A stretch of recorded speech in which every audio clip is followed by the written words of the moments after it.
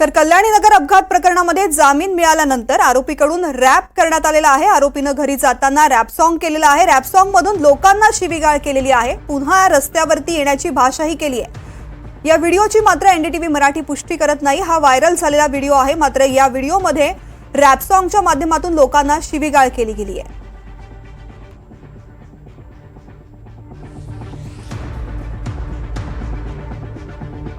अक्षय कुडकेलवार माझे सहकारी आपल्या सोबत आहेत। अक्षय, एकीकडे भयंकर असे आरोप आणि केस सुरू असताना हा व्हिडिओ समोर आलेला आहे। रॅप सॉन्गच्या माध्यमातून थेट हा आरोपी लोकांना शिवीगाळ करतोय। नेमका हा व्हिडिओ कशा पद्धतीने समोर आलेला आहे या संदर्भातले काय माहिती मिळते?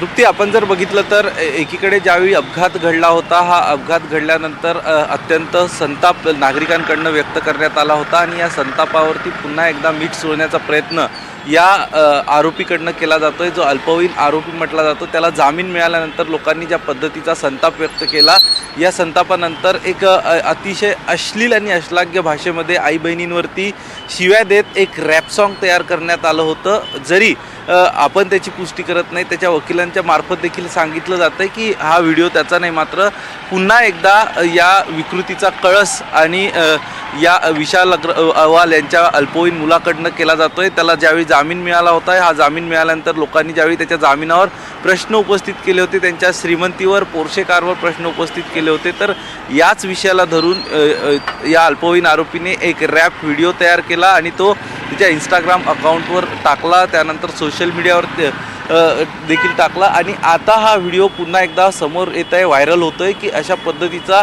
अतिशय घाणेरड्या आणि पुन्हा एकदा संतापजनक भाषेमध्ये अशा पद्धतीचा व्हिडिओ ज्या आरोपींनी केलेला आहे। त्यामुळे पुन्हा एकदा पुणेकर असतील आणि संपूर्ण देशातील लोकांचा संतापाची लाट पुन्हा उसळायला सुरुवात झालेली आहे। कारण एकीकडे अल्पवयीन आरोपीच्या माध्यमातून 2 जणांचा नाहक बळी गेला, यानंतर आरोपीला VIP ट्रीटमेंट देत त्यासोबतच कायद्यामधल्या काही तरतुदींचा अतिशय शिताफीने वापर करत त्याला जामीन मिळाला होता।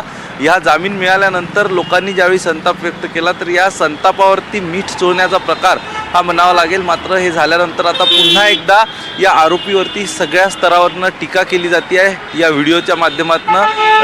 त्याचा व्हिडिओ पुढे आल्यानंतर आणि पुन्हा एकदा या आरोपीबाबत एक संतापाची आणि त्याच्या विरोधात निषेधाची लाट उसळतानाचं चित्र आपल्याला परिसरात बघायला मिळतंय। निश्चित अक्षय, धन्यवाद या संपूर्ण माहितीसाठी।